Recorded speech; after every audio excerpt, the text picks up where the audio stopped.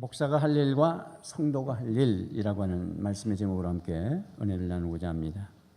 여러분 7080이라는 말 들어보셨죠? 그 당시에 통기타를 들고 노래를 불렀던 윤형주, 지금은 장로님이 됐습니다만 윤형주 씨, 송창식 씨, 또 이종용 씨라고 여러분 아시나요? 그런 분들이 노래하던 시절 1975년 이종용 씨는 너라는 노래를 불렀습니다. 낙엽지는 그 숲속에 파란 바닷가에 떨리는 손 잡아주던 너, 별빛 같은 눈망울로 영혼을 약속하며 나를 위해 기도하던 너, 뭐 이런 가사입니다. 제가 이종용 씨가 목사가 돼서 어제 설교 준비하면서 유튜브에 들어가 보니까 간증들이 많이 나와 있어서 간증을 듣고 앉아 있었습니다. 근데 이 노래는 원래 죽은 여자를 생각하면서 불렀던 거라고 합니다. 문화방송국의 금주의 인기가요에서 한 15주 정도 계속 1위를 차지했던 그런 노래이기도 했다고 합니다. 그렇게 명성이 높아지면서 돈도 들어오고 인맥도 가질 수 있었고요. 그래서 대마초에 손을 댔다가 5개월 동안 구치소 생활을 하게 됐다고 합니다. 그 구치소에서 고문도 당하고 여러 가지 어려운 일도 당했지만 그 당시에 사형수가 사형집행정으로 끌려가면서 자기한테 이렇게 당부했다고 합니다. 나는 내 죄값 때문에 이렇게 인생을 끝내지만 당신은 내 목까지 주님을 위해서 살아주길 바랍니다. 예수 믿지도 않는 사람한테 그렇게 하고 갔다고 그래요. 그 충격을 받고 그가 감옥에서 이제 나와서 노래를 부르는데 바보처럼 살았군요. 여러분 기억나시죠? 그 가사는 어느 날 난 낙엽지는 소리에 갑자기 텅 빈 내 마음을 보았죠. 그냥 덧없이 살아버린 그런 세월을 느낀 거죠. 저 떨어지는 낙엽처럼 그렇게 살아버린 내 인생을. 난 참 바보처럼 살았군요. 난 참. 이정희 목사님께서 그 찬양 노래를 지금은 가스펠성 해도 되겠다 그렇게 말씀을 하시더라고요. 자신의 심령의 가난함을 깨닫고 이제 주님을 만나게 되고 그래서 인생을 정리해서 82년도에 미국의 텍사스 샌안토니오 신학대학에 신학 공부를 하기 위해 들어갔고 그리고 지금은 LA에서 목회를 하고 있는 것으로 아마 은퇴의 나이도 다 됐을 거예요. 그렇습니다. 왜 제가 왜 나는 바보처럼 이렇게 살았는가? 우린 바보처럼 살면 안 되잖아요. 그래서 바보처럼 살면 안 되는데 세월이 가고 시간이 얼마나 빨리 가는지 나이가 드니까 더 빠르게 느껴지는 것은 뒤의 것을 잊어버려서 그렇습니다. 어제를 잊어버리고 그제를 잊어버리니까 그래서 날짜가 굉장히 빨라 보이는 것처럼 이렇게 딱 붙어버리는 시간이 그런 것 같습니다. 목양실 청소를 목요일 날 한다고 그러는데 또 한다고 그러길래 왜 또 하냐 그랬더니 일주일 지났다고 그러더라고요. 그만큼 빠르게 지나가는 걸 느끼게 됩니다. 그렇다면 목사는 목사 할 일을 제대로 하다가 하나님 앞에 서야 될 것 같고 성도는 성도가 할 일을 제대로 하다가 주님 앞에 서야 할 것입니다. 오늘 말씀을 보면 명확하게 우리에게 가르쳐 줍니다. 11절 12절 말씀을 우리 같이 한번 다시 읽겠습니다. 시작. 그가 어떤 사람은 사도로 어떤 사람은 선지자로 어떤 사람은 복음 전하는 자로 어떤 사람은 목사와 교사로 삼으셨으니 이는 성도를 온전하게 하여 봉사일을 하게 하며 그리스도의 몸을 세우려 하심이라. 아멘.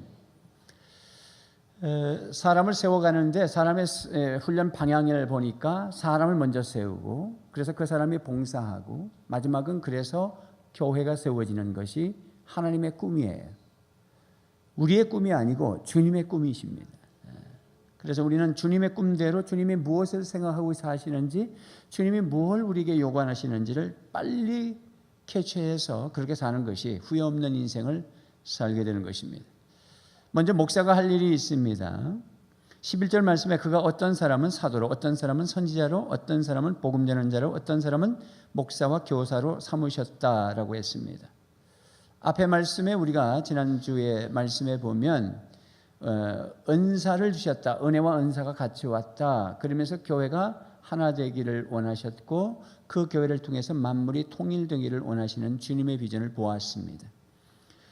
교회를 하나 되게 만들고 그래서 그 교회가 그리스도의 몸이 되어지고 그 몸이 이 세상에 충만한 가운데 서 있으면서 이 세상을 하나님의 앞에 무릎을 꿇게 하고 하나님의 이름 앞에 예배드리는 자로 만들기 위해서 하나님은 교회를 사용하시겠다라고 말씀하신 것입니다.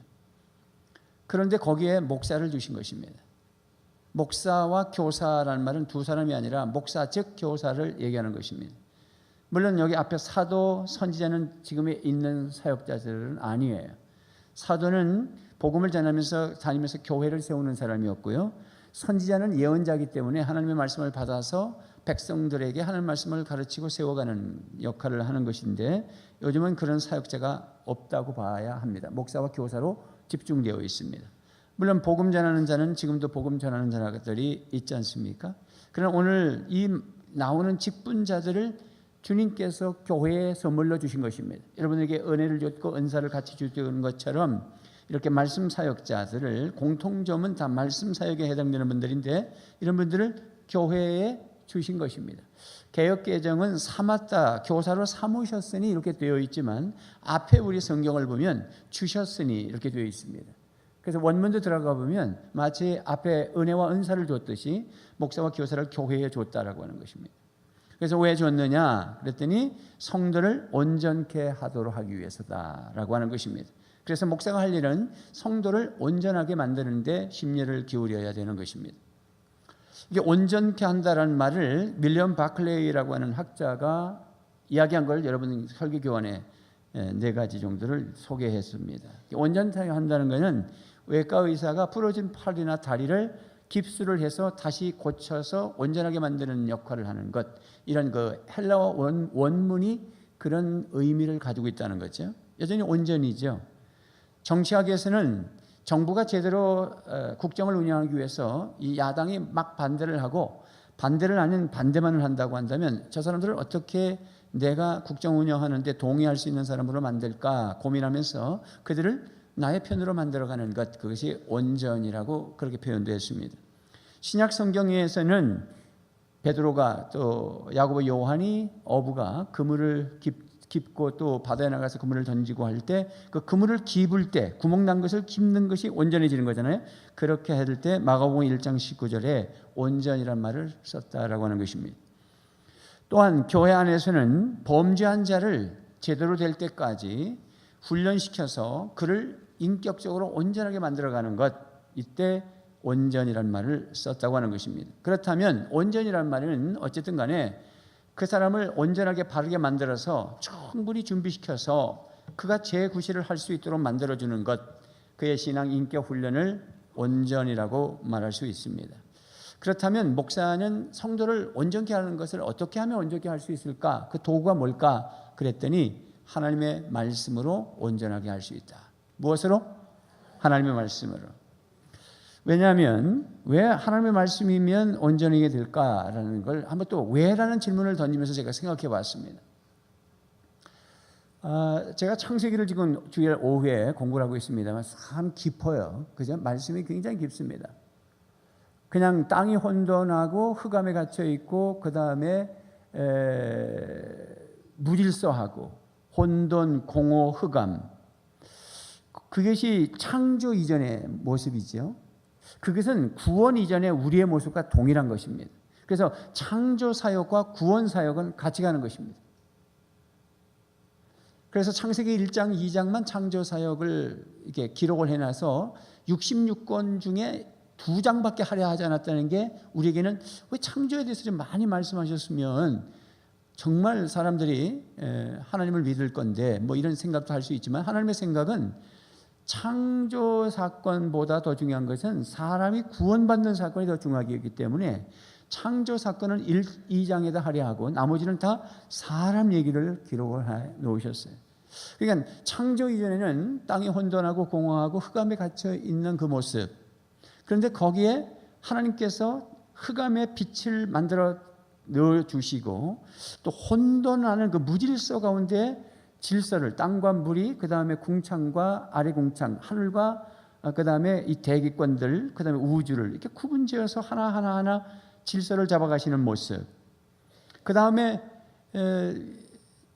생명이 없는 그런 사망과 같은 흑암이죠. 거기에 빛이 들어가지만 그리고 생명을 하나씩 하나씩 만들어서 뭐 씨 맺는 채소나 또 나무들이나 더 구체적으로 가면 물고기를 만들고, 물고기를 보면은 사실은 어디가 머리고 어디가 목이고 어디가 가슴이고 잘 몰라요.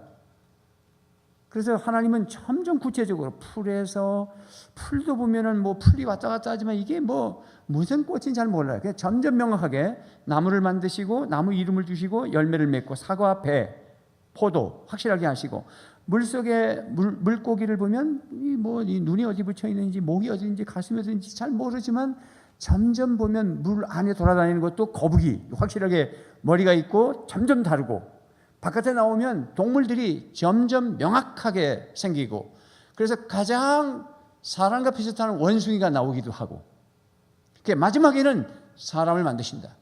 하나님께서는 점진적으로 하나님의 형상을 닮아가도록 사람을 완성시켜 가십니다. 그게 하나님의 생각입니다. 그런데 그것이 하나님의 말씀으로 되어졌다는 것입니다. 우리가 하나님의 말씀을 이렇게 들을 때, 여러분 이렇게 설교를 들을 때 깨달아지는 그 순간에 여러분 안에 생명이 하나씩 심어지는 것입니다. 빛이 임하고 질서가 생기고 생명의 씨앗들이, 분명한 열매들이 맺게 되는 것이다. 그래서 사람이 변하는 것은 말씀이라는 것입니다. 특별히 디모데후서 3장 16절 17절 말씀에 보니까 이렇게 말씀하고 있죠. 시작. 모든 성경은 하나님의 감동으로 된 것으로 교훈과 책망과 바르게 함과 의로 교육하기에 유익하니 이는 하나님의 사람으로 온전하게 하며 모든 선한 일을 행할 능력을 갖추게 하려 함이라. 아멘. 분명히 성경을 주신 목적이 뭐냐라고 할 때, 성경을 우리에게 왜 주셨습니까? 그랬을 때 그 성경은, 일단 성경은 하나님의 말씀이야. 그게 사람이 쓴 게 아니야. 성령에 의해서 감동을 받은 사람들이 받아서 기록한 거야. 그래서 교훈하고 책망하고 바르게 하고 의로 교육하기에 유익한 책이야. 이거는 하나님의 사람으로 온전케 할 수 있어 라고 하고 있어요. 하나님의 사람이 온전해야 그 사람이 나아가서 온전한 삶을 살 수 있다라고 말씀하고 있는 것입니다. 우리 자녀들을 키우지만 실수하고 실패하고 넘어지는 아이를 자꾸 잔소리하지 마시고 그 아이가 온전하도록 만들면 실수하지 않는 것입니다. 부모가 돈벌이 한다고 내팽개쳐 놓고 학원이나 이런 데 다 애를 그냥 방치해 놓고 그리고는 돌아와서 잔소리하는 것입니다. 이거는 참 해괴망측한 것입니다. 이 아이가 지금 실수하는 것은, 삶의 현장에서 제대로 살 구실을 하는 능력이 없는 것은 제대로 배우지 않았기 때문인 것입니다. 그래서 먼저 잘 가르쳐야 되는 것입니다. 교훈. 여러분 교훈과 그랬지 않습니까? 말씀에 많은 교훈이 있습니다. 하나님의 말씀의 교훈을 얻어야 우리가 생각이 달라지고 사상이 생기는 것입니다. 세상에 지금 학력 수준이 높아지는데 우리가 대학을 졸업하는 퍼센트가 고등학교 3학년 졸업하면 약 90% 이상이 다 대학을 갑니다. 이런 나라는 전 세계에 없어요. 보통 한 30%가 대학 갑니다. 그렇게 해야 경제 구조도 돌아간다고 그래요. 왜 그러냐면 이 머리만 커져가지고 대학은 졸업하니까 중소기업에 안 가려고 그러잖아요. 힘든 일 안 하려고 그러잖아요. 그 중소기업에는 구인난에 시달려가지고 그래서 외국에서 사람이 들어오는 거지 않습니까? 그리고는 대학 졸업한 애들은 취직이 안 된대. 이런 구조는 앞으로 가면 갈수록 어렵습니다. 뭐 청년 일자리, 대통령 누가 생겨도 다 못 해줍니다. 왜? 사상이 안 바뀌었기 때문에. 학력 수준이 높아져 가는데 사람들은 더 타락해 간다는 사실을 우리는 알고 있습니다. 얼마나 무서운 세상인지 모릅니다. 이제는, 과거에는 여성이 혼자 뭐 집에 12시나 1시나 돼서 골목으로 해서 집에 들어오는 시대가 있었지만 지금은 그렇게 하면 위험합니다. 꼭 엄마나 아빠나 또 남편이나 아들이나 불러서 어디 입구로 나와라 그리고 들어가셔야 됩니다. 주차장도 1층, 2층, 3층 지하 주차장에 차 대놓으시고 혼자 새벽에 가는 거 위험합니다.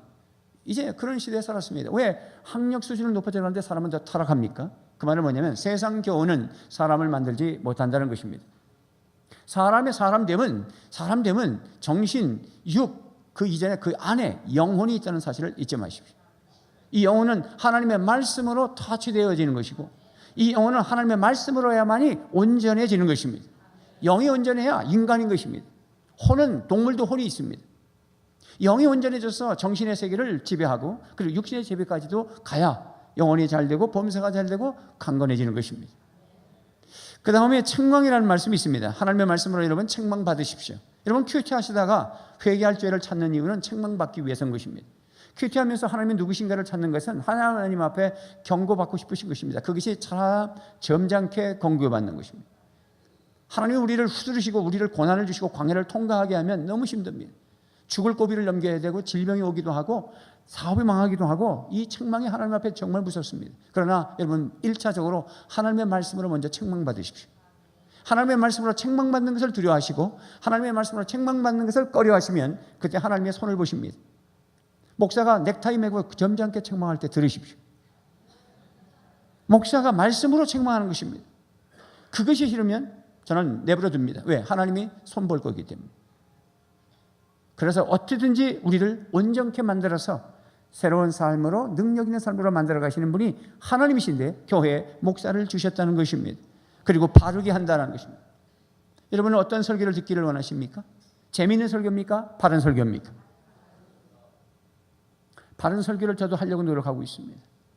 성도들을 의식하지 아니하고 성경 본문을 그대로 전하려고 했습니다. 때로는 그래서 얻어맞기도 하고, 얻어맞으면 진짜 맞는단 말이 아니라 비난을 받기도 하고 그렇게 합니다. 제가 만약에 진짜 돌에 맞아 죽는다 하더라도 저는 말씀대로 전하려고 애쓰는 사람으로 설 것입니다. 여러분, 바르게 설교하는 것이 더 좋은 것입니다.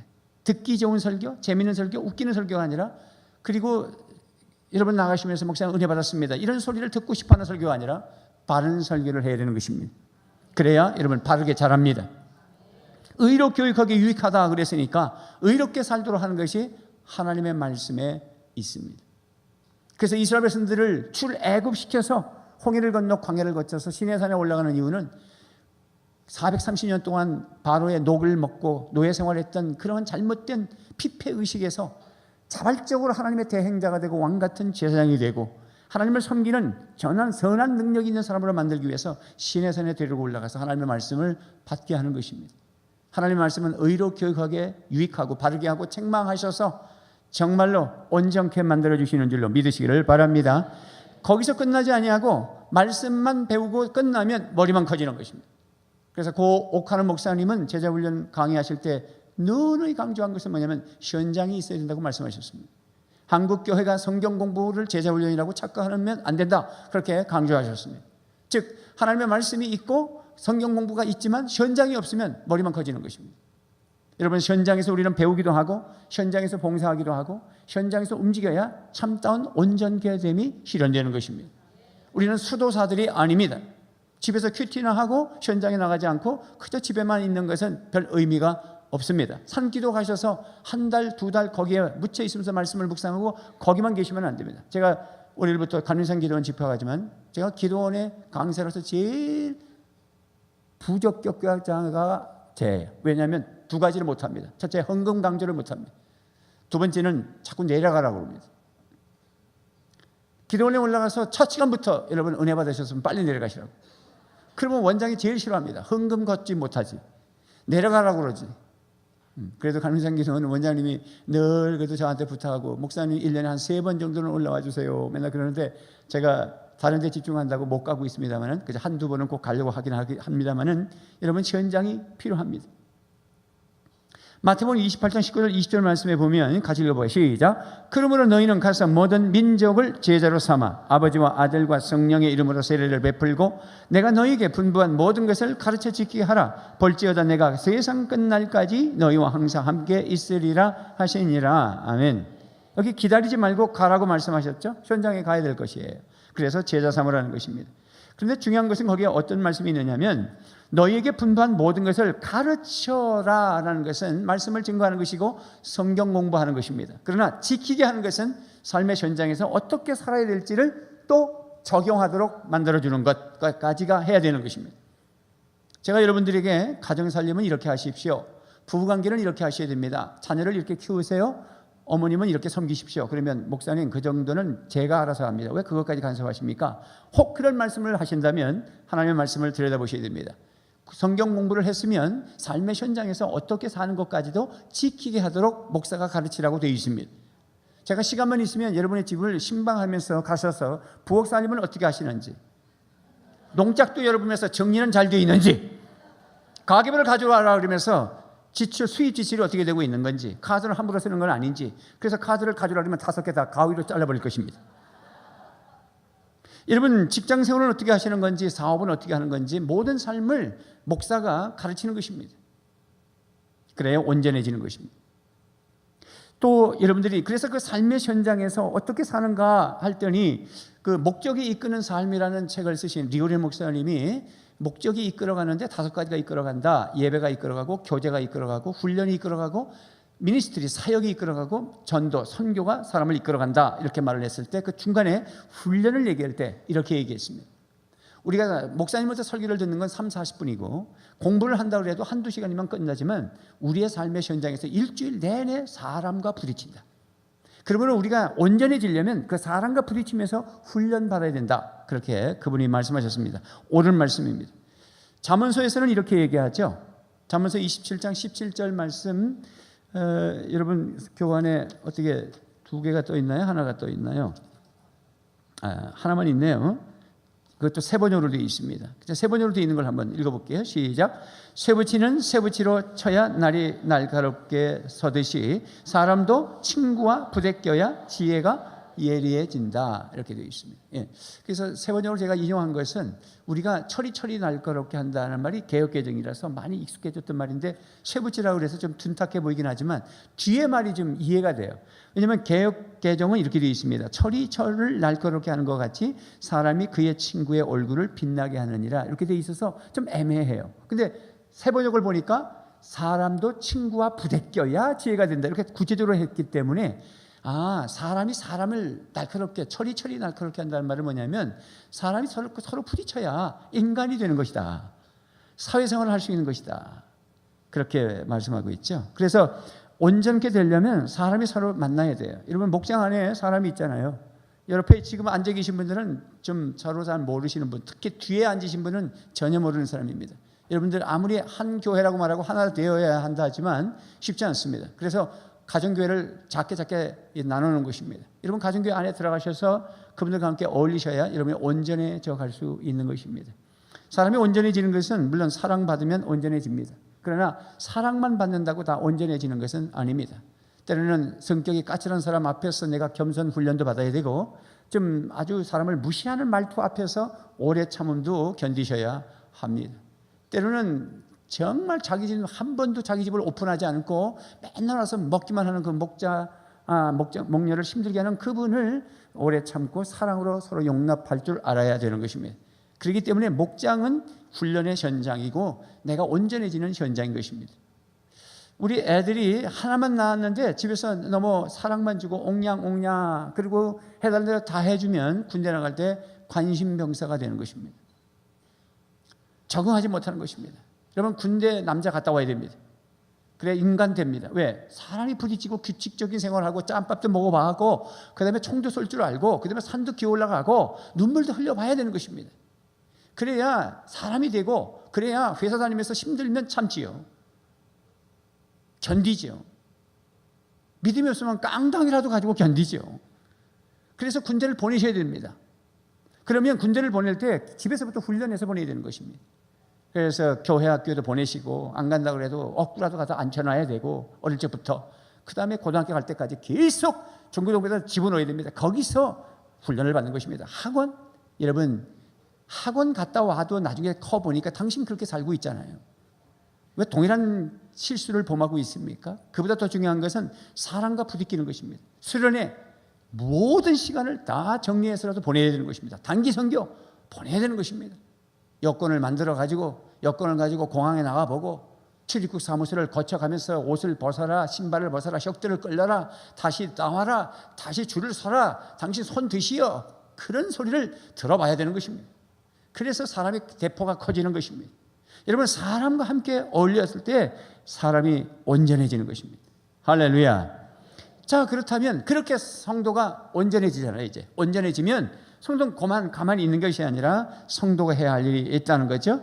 그래서 그 다음 보니까 12절 말씀에 성도를 온전케 하여 봉사의 일을 하게 하며 그랬습니다. 첫째는 봉사의 일을 하게 하며, 두 번째가 그리스도의 몸을 세우려 하신다라고 하고 있습니다. 첫째는 봉사의 일을 해야 합니다. 봉사의 일을 헬라어 보니까 디아코니아 이렇게 되어 있어요. 이 말은 디아코너스라고 하는 말, 집사님 그러죠. 이 집사란 말은 가끔 여러분 삼성의 집사, LG의 집사, 대한항공의 집사란 말은 그 집 살림을 맡아서 하는 사람을 집사라고 하잖아요. 그 집사란 말은 세상에도 써요. 그래서 여러분 집사님들은 은한교회 살림을 맡은 분들이에요. 교회 재정이 없으면 열심히 벌어가지고 메꿔야 돼요. 다 회계 집사는 2-3명이면 돼요. 그런 것만이 집사가 아니에요. 그런 청지기의식이 되어야 되는 것입니다. 그러면 집사님으로 인정받지 않았어도 우리 모두가 집사인 것입니다. 디아코너스. 그래서 영어 성경에 보면 킹제임스 버전에 보니까 the work of the ministry 이렇게 되어 있어요. 즉 봉사의 일은 그냥 식당에 가서 봉사, 이렇게 마당 쓸고 또 차량 안내 이런 것도 봉사입니다. 그러나 더 중요한 것은 미니스트리라는 것이에요. 즉 주님의 사역이라는 것입니다. 베드로전서 4장 10절 말씀에 보면 각각 은사를 받은 대로 하나님의 여러 가지 은혜를 맡은 선한 청지기 같이, 그럴 때 이 청지기도 영어를 보니까 미니스터라고 되어 있습니다. 단순하게 그냥 교회 봉사 이렇게 생각하시면 안 됩니다. 그보다 더 광의적이고 의미가 깊습니다. 봉사의 일을 한다는 것이 아주 의미가 깊어요. 그러니 더 얕은 설거지 정도, 차량 운전, 안내 이런 정도는 아주 얕은 거예요. 그보다 더 깊은 게 있는데 그게 주님의 사역입니다. 우리 교회가 가정교회로 이렇게 시작한 지가 한 8년째 접어들어가고 있습니다. 거기에 목장에 담임 목사격인 목자가 계시고 그 목자의 부인이 목녀입니다. 목녀가 이게 듣기가 지금 좋으면 잘 정착하신 것이고 아주 듣기가 거북하면 아주 덜 정착된 겁니다. 목녀 그러면 아주 꿈꾸는 여인 같이 들리지만 잘 섬기는 푸근한 누님 같은 분, 이게 목녀가 그렇게 다가와야 됩니다. 어쨌든지 이 목녀가 목장 시운을 신방하고 케어하는 것, 이것이 주님의 사역입니다. 이게 미니스트리입니다. 이게 봉사입니다. 원래 헬라어의 이 디아코노스라고 하는 이 집사 이런 말은 그 집의 살림을 전부 맡아 하는 거잖아요. 그런 거니까 다 아픔을 전부 경제적인 문제 모든 것을 놓고 기도하고 살피고 하는 것이 목자가 하는 일이에요. 그러면서 우리 모두가 그러한 마인드를 가지고 성도는, 여기는 목자를 오늘 본문에 목자가라는 말이 아니기 때문에 성도가 이렇게 돼 있으니까 모든 평신도가 해야 하려는 것입니다. 그래서 우리의 목표는 모두가 다 목자가 되는 것이에요. 아멘. 아무도 안 하시네. 자, 그러면 보통 우리 전통적인 교회는 목사님이 그런 일을 다 하는 거지. 지금 오늘 성경은 분명하게 목사는 성도를 온전케 만들어주고 그 성도가 봉사, 미니스트리를 하고 그 성도가 교회를 세우도록 그렇게 되어 있는데, 이게 잘못하면은 어떻게 되느냐면 목사가 교육도 다 하고 또 제가 다 신방하고 다 세워가고 전부 교회를 세운다고 그렇게 하는 거죠, 이제 목사가. 그러면 여러분들은 뭐 하느냐? 주일날 예배 한번 드리고 교회 와서 주일학교 정도, 찬양대, 설거지 그 정도밖에 안 해. 그리고 일주일 내내 전부 자기 집에 살만 살아. 그리고 다시 와서 또 그 일을 해. 그러면 그렇게 하는 사람들이 교회 전체의 몇 프로냐? 한 20%만 사실은 주일학교 교사 봉사 조금 합니다. 20% 정도. 우리 같으면 1000명 정도 같으면 200명이 정도가 아니고 800명은 뭐 하느냐? 예배 드리고 헌금해주고 아무것도 안 합니다. 그러면 평신도가 아니라 옥가는 목사는 가끔 농담으로 병신도가 된다. 이런 전통적인 교회 구조 가지고는 이 교회가 자꾸 죽는 거예요. 하나님이 원하는 교회가 아닌 거예요. 어떻게 그들을 통해서 만물이 충만해지고 만물을 통일시킬 수 있는 교회가 될 수 있겠습니까? 어떻게 그들이 세상을 정복할 수 있겠습니까? 여러분 생각해 보십시오. 여러분 어떻게 살고 있습니까? 그래서 한 가지 사역이라도 꼭 하라는 거예요. 그러면 교회 연합교회라고 하는 건데 각 가정교회가 모여서 우리가 연합교회, 은한교회가 됐지 않습니까? 그러면 연합교회에서 봉사할 수 없으면 가정교회 가셔서 봉사하셔야 됩니다. 내 가정도 오픈할 줄도 알아야 되고, 목자 목녀가 혼자 애쓰고 있으면 집에서 나오실 때 요즘 방울도마다 싸더라고요. 그런 거 조금 한 상자 사가지고 들어오기도 하고 딱 씻어가지고 딱 드실 수 있도록 테이블에 딱 얹어놓을 줄도 알고, 김치 새로 담갔으면 김치 조금 플라스틱 통에다 담아서 가져오면 한 끼 드실 수 있잖아. 그렇게 올려놓고, 이것이 봉사입니다. 이게 다 같이 교회를 세워가는 것입니다. 이게 미니스트리라는 것입니다. 그런데 교회가 그러지 못하고 이렇게 사역을 하는 것도, 만약에 전통적인 교회 같으면 구역이라고 하는 것인데, 구역도 모이는 숫자를 보면 전체 교회의 20% 30%밖에 안 모입니다.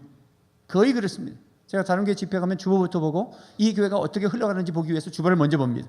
그래야 설교할 수 있잖아요. 그러면 구역 보고 현황을 보면 빨리 셉니다. 세보면 그것에 대해서 30%를 계산하고 전체 교인이 몇몇 모이겠다를 계산하면 딱 맞습니다.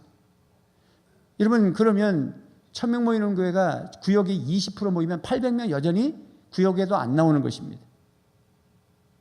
그리고 여전교회를 20개씩 잘라놓고 한 달에 한 번씩 회비 걷고, 여전교회 원래회 하면 뭐 하죠? 떡 맞춰 왔죠. 토요일날 맞춰서 부탁하면 주일 아침에 배달하죠. 그래서 떡 나눠 먹죠. 그리고 회비 걷죠. 그리고 봄이 됐으니까 우리 야외 한번 가자. 그리고 야외 가죠. 깔깔대고 그렇게 해요. 남자들은 게 잡아먹고 여자들은 떡 해먹고, 그리고 전도회라고 그러죠. 전도하지 않고. 우리 교회가 왜 여전교회 남전도가 없습니까? 본질이 아는 것은 없애는 것입니다. 남들이 하니까 하는 것이 아니라 주님이 원래 하시고 싶으신 대로 교회가 가야 되는 것이 맞는 것입니다. 그래서 담임 목사의 목회 철학에 따라서 담임 목사가 가르치는 대로 그 교회는 가게 되어 있는 것입니다. 그러므로 모여가지고 그저 침묵해하고 그리고 수군거리고 서로 싸움이나 하고 회비 내니 안 내니 그런 가지고 싸우고, 여러분, 그런 모임이 그게 어떻게 건강한 교회라고 할 수 있겠습니까? 오늘 뿐만 아니라 이게 가서 제자 삼으라 가라 그러는데 가지도 아니하고, 교회는 그대로 앉아서 전도도 하지 아니하고 오는 사람이나 받고 남의 교회 도둑질이나 하고, 그렇게 사는 것이 건강한 교회는 아닌 것입니다. 한국 교회가 지금 줄고 있습니다. 지금 난립니다. 주일학교 반 이상이 줄고, 물론 낳지 않기 때문에, 애들을 낳지 않기 때문에 농촌에는 막 빈집이 생기기 시작하고, 요즘 보니까 대학교가 문을 닫기 시작하고, 대학교가 그 큰 캠퍼스가 그냥 자풀이 나 있고 막 정문이 닫혀 있고, 대학 주변에는 장사하려고 한동안에는 애들이 북적거렸던 그런 장사에 문을 닫히고, 이게 지금 전국에서 곳곳에 지방에서 이루어지고 있는 것입니다. 이런 현장에서 우리가 회비나 걷고 깔깔대고 있을 형편입니까? 우리의 본질은 우리가 미니스트를 해야 됩니다. 사역을 해야 됩니다. 그래서 빌 베켐이라고 하는 그러한 목사님이 제2의 종교개혁이라는 책을 썼습니다. 제1의 종교개혁은 과거의 로만 캐톨릭 사제들이 자기만 성경을 가지고 있고 성도들은 성경이 없어요. 그러니까 뭐라고 속여도 모르는 거예요. 그래서 면죄부를 팔아본 거잖아요. 돈 많이 내면 당신도 천국 가고, 죽은 사람도 그 사람 이름으로 헌금을 많이 하면 지옥 같은 사람도 연옥에서 천국 간다고 속였기 때문에 그렇게 로만 교황청에 돈이 많은 거예요. 그거 가지고 다 건물 지은 것입니다. 그래서 종교개혁이 이루어진 것입니다. 제1차 종교개혁은 뭐냐면 평신도에게 성경을 돌려줘야 된다. 그리고 평신도에게 말씀을 가르쳐야 된다. 또 평신도도 말씀을 가르칠 수 있어야 된다. 할렐루야. 이게 제1개혁이에요. 두 번째 종교 2개혁은 뭐냐면 여전히 목사님들이 가지고 있는 모든 미니스트리 사역을 평신도에게 돌려줘야 된다. 80%가 그냥 놀고 있지 않습니까? 우리 교회의 형편에 놀고 있는 것도 괜찮은 사람들이 참 많죠. 아이고, 목사님 저런 거 참 부담되는데, 난 노는 게 괜찮은데 내 몸 가지고 내 형편 가지고 뭘 미니스트리를 해, 목장에 아이고 나 힘들어 안 돼 라는 사람도 있기 때문에 차라리 아이고 20% 헌신하고 난 노는 게 좋겠다고 생각하지만, 우리 교회 같은 교회만 있는 것은 아니에요. 평신도들이 조금 정말 헌신하고 싶어서 환장한 사람들도 많습니다. 그런데 목사가 다 붙잡고 있으면 그에 대한 불만을 가지고 있는 사람 많습니다. 때로는 어떤 교회도 있느냐면 한 전통적인 교회에서 큐티만 하기 위해서 개척을 하나 나온 사람도 있었습니다. 치과 의사부터 시작해서 엘리트들이 한 100명이 우리는 말씀의 제자 훈련을 받고 제대로 좀 살고 싶어서 나온 사람들이 있었습니다. 제가 가락교회에 있었을 때 저한테 담임 목사로 청빙한 사람들도 있었습니다. 여러분, 정말 평신도가 뭔가 하고 싶은데 목사님이 다 쥐고 있는 것에 대해서 불만을 가진 사람들이 있다는 사실을 잊지 마십시오. 불만이 있기 때문에 평신도에게 사역을 넘기는 게 아니라 원래 성경은 평신도가 사역하게 되어 있는 것입니다. 여러분들에게 일을 맡겼다는 것은 굉장히 좋은 교회입니다. 여전히 아멘 아무도 안 하죠. 여러분들이 신명나게 일할 수 있고 일을 터를 만들어드리는 것은 건강한 교회인 것입니다. 그것이 잘 안 되면 안 되는 대로 계셔야 되는 거지, 만약에 그것은 아니라고 말하면 안 되는 것입니다. 왜 우리에게 맡기냐고 얘기하면 안 되는 것입니다. 그것이 성도가 해야 할 일이기 때문에 그렇습니다. 오늘 누가복음 4장 18절 19절 말씀에 보면 주님께서 이렇게 말씀하셨죠. 시작. 주의 성령이 내게 임하셨으니 이는 가난한 자에게 복음을 전하게 하시려고 내게 기름을 부으시고 나를 보내사 포로된 자에게 자유를, 눈먼 자에게 다시 보게 함을 전파하며 눌린 자를 자유롭게 하고 주의 은혜의 해를 전파하게 하려 하심이라 하였더라. 아멘. 마지막에 은혜의 해를 전파한다. 주님의 은혜의 해, 즉 예수 그리스도의 복음 안에서 자유, 진정한 그 아까 흑암과 혼돈과 무질서 가운데에서 생명의 빛으로 변화되는 그러한 재창조의 구속의 역사가 있다라는 사실을 전파해야 된다는 것이죠. 그것을 위해서 주님이 오셨다는 거예요. 이거는 누가복음 4장은 예수님이 오신 목적을 얘기한 것입니다. 예수님이 오셨을 때 가난한 자에게 복음을 전하시려고 오셨고, 또 포로된 자에게 자유를, 눈먼 자에게 보게 함을, 눌린 자에게 자유를 주시려고 오셨다는 거예요. 그리고 주님이 복음으로 오셨기 때문에 그 주님이 오신 해가 은혜의 해인 것입니다. 그러면 왜 제가 이 말씀을 드리냐면, 교회란 뭐냐? 지금 몸이라고 그랬습니다. 그리스도의 몸. 그러면 머리이신 주님께서 하시고 싶으신 것을 몸이 해야 되는 것입니다. 그러면 우리가 해야 할 일이 뭐냐면 여전히 가난한 자에게 복음을 전하고, 포로된 자에게 자유를 줘야 되고, 눈먼 자에게 다시 보게 함을 열어줘야 되고, 눌린 자를 자유롭게 만드는 것이 우리가 해야 할 일인 것입니다. 여러분, 가난한 자들에게 복음을 전할 수 있기를 바랍니다. 우리가 선택하는 게 아닙니다. 전도 대상자를 내가 볼 때 우리 교회 수준, 우리 목장의 수준, 연령, 이거 내가 수준을 맞춰서 정하면 안 됩니다. 그거는 굉장히 큰 실수를 하시는 것입니다. 우리가 전도 대상자가 내가 정하는 것이 아니라 저 가난한 자, 저쪽에서 자기가 주님이 필요한 사람, 주님 기도할 때에도, 전도 대상자 VIP를 위해서 기도할 때에도 주님, 우리 교회에 돈 많은 사람이 오게 해주세요. 이런 인본적이고 세속적인 기도를 해서는 안 되는 것입니다. 주님이 필요로 하는 사람을 오게 하여 주시옵소서. 주님, 제가 VIP를 만나고 싶은데 정말 예수님이 필요로 하는 사람을 만나게 해주세요. 그러면 여러분들이 옆에 가난한 사람이 만나지게 될 겁니다. 병든 사람이 만나지게 될 것입니다. 아멘입니까? 포로된 자에게 자유를, 사회에서 억압받는 사람도 있을 것이고요. 나쁜 습관과 중독에서 자유하지 못하는 술 중독에 걸려있는 분들도 여러분의 남편 가운데 탐방가니가 있더라고요. 그럼 목장에서 그냥 기도만 하는 것이 아니라 구체적으로 이분들을 도우셔야 되는 것입니다. 눈먼 자에게 다시 보도록, 영적으로 눈이 멀어서 헛소리하고 깨닫지 못하는 사람에게 끊임없이 기도하면서 말씀으로 다져가는 것, 이것이 목장에서도 해야 할 일인 것입니다. 눌린 자를 자유롭게 살도록 악령에게 노예된 사람들, 욕정에 사로잡혀 사는 사람들, 습관적으로 죄를 짓는 사람들, 이런 사람들을 자유시켜야 할 일이 우리가 해야 할 일인 것입니다. 그리고서 은혜의 해를 우리는, 즉 복음을 증거하는 걸 목표로 해서 우리가 하는 모든 일들은 영혼 구원이 이루어나야 된다는 목적이 분명해야 합니다. 거기에 다 관철되어야 됩니다. 우리가 어떤 모임을 가지면 그게 영혼 구원과 관계에 있느냐고 물을 때 답변할 수 없으면 모이지 말아야 되는 것입니다. 지금 아기학교를 하고 있습니다마는 우리 교회 안에 아기학교만 가지고도 충분히 많이 할 수 있습니다. 그러나 제가 숙제를 준 것은 뭐냐면, 우리 교회 안에 아기와 엄마가 10명이 오고 싶으시면 비신자 10명을 초청해서 20명이 해야 된다라고 숙제를 해놨기 때문에 힘든 겁니다. 그러나 지금 몇 기째 하고 있는데 이번에도 잘하고 있습니다. 이번에도 교육사님이 간증을 하시고 나누시는 가운데 오히려 비신자 학부모들이 앉아가지고 예배를 더 잘 드리고 아이들도 떠들지 않고 예배를 잘 드리더라고 합니다. 하나님이 역사하시는 것입니다.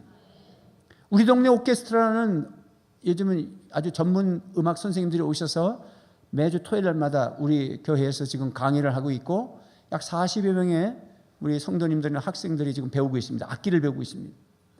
악기를 배우는 것만 목적이 아니라, 그러면 제가 그런 거 하지 않겠습니다. 왜 그걸 해야 되죠? 학원도 있는데. 그것이 어떤 목적이 있느냐면 영혼구원의 목적이 있고, 그 프로그램이 어디로 가야 되면 매일 학교 앞 전도까지 이어져 가도록 되어 있습니다. 여러분, 어떤 것인지 간에 영혼구원이 일어나면 그것은 해야 되는 것입니다. 그것이 미니스트리고 우리가 해야 할 목표인 것을 믿으시기를 바랍니다. 목장 탐방을 갔더니, 지난번에 목장 탐방을 갔더니 늘 VIP가 오셨지만 이번에는 목사님이 오신다고 안 오셨어요. 제가 너무 기분이 좋았습니다. 왜냐하면 목사님이 오신다는 건 부담이 되는 게 맞습니다. 성직자가 온다는, 자기만의 생각은 성직자가 온다는 거죠. 종교인이 온다는 거죠. 그러나 늘 왔었단 말이죠. 왜? 그 목장이 편해서 왔어요. 여러분의 목장은 편해야 되는 것입니다. 여러분의 목장은 종교 냄새가 나지 않아야 되는 것입니다. 여러분의 목장은 무슨 성직자가 앉아있는 그런 목장이 아니라 모든 살림을 함께 오픈할 수 있고 서로 따뜻하게 사랑할 수 있고 용납할 수 있는 공동체가 되어야 되는 것입니다. 그래서 거기 왔다가 목사님이 온다 보니까 안 왔다는 말은 굉장히 잘하고 계신 것입니다. 그래서 교회는 오시지 않지만 목장에는 많은 VIP들이 와서 숫자를 세보니까 이 교회가 모이는 숫자보다 목장 전체의 숫자가 더 많아야 되는 것입니다. 여러분이 목장 보고할 때 믿지 않는다고 숫자 빼지 않으셔야 됩니다. 그 사람 다 넣으셔야 됩니다. 아이들까지 다 넣으셔야 됩니다. 이것이 미니스트리입니다. 봉사일을 하는 것입니다. 그렇게 해서 그리스도의 몸을 세우는 것입니다. 그리스도의 몸을 세운다는 것이 뭐죠? 교회를 세우는 것입니다. 그리스도의 몸은 교회니까. 교회는 건물이 아니라 사람이다. 시작. 교회는 건물이 아니라 사람이다. 그래서 에베소 1장 23절 말씀에 교회는 그리스도의 몸이요 그랬습니다. 몸. 그래서 몸을 세운다는 말은 숫자적으로 성장한다는 말이 아니라 그 몸 하나가 한 몸 한 몸을 이루면서 아주 그 품성과 인격과 그리고 사랑의 공동체가 되어지는 끈끈한 성숙함을 말하는 것입니다. 제가 성경을 보면서 이렇게 늘 느끼는 것은 마지막 때, 종말의 때가 가면은 성경 구절들이 숫자적으로 전도해라, 숫자적으로 뭘 늘어가는 것보다는 내면적으로 성도 하나하나를 굉장히 성숙하도록 만들어 가도록 되어 있다는 걸 발견했습니다. 예수님의 재림이 가까울수록 더 많은 사람에게 복음을 전해야 된다. 그런 말씀보다 더 중요한 것이 성도 한 사람을 인격적으로 성품이 온전으로 만들어가는 것이 목표가 되어 있다. 그래서 요한계시록의 마지막 규제는 사람은 악한 사람은 더욱 악해지고 의로운 사람은 더욱 의로워진다. 이렇게 표현하고 끝났습니다. 예수님이 재림하시는 날 더 많은 사람들이 예수를 믿을 것이며 그리고 많은 사람들이 믿지 않을 것이다. 이렇게 표현하고 끝난 게 아니라 한 사람의 성품을 얘기했습니다. 그래서 마지막 때가 오면 올수록 사람들은 사악해집니다. 그것을 발견했습니다. 그래서 오늘 우리는 여러분들대로 바로 성령 안에서 하나 되는 것에 앞에 보면 문맥에 보면 겸손해야 된다고 말씀했죠. 온유해야 된다고 말씀했죠. 오래 참아야 된다고 말씀했죠. 사랑으로 서로 용납해야 된다. 그래야 하나 된다고 말씀하지 않으셨습니까? 그러므로 오늘 우리는 서로 짐을 져가면서 갈라디아서 6장 2절 말씀에 여러분은 서로 남의 짐을 져주십시오. 그렇게 하면 여러분이 그리스도의 법을 성취하실 것입니다. 짐을 져가면서 교회를 한 몸으로 이끌어가는 것입니다.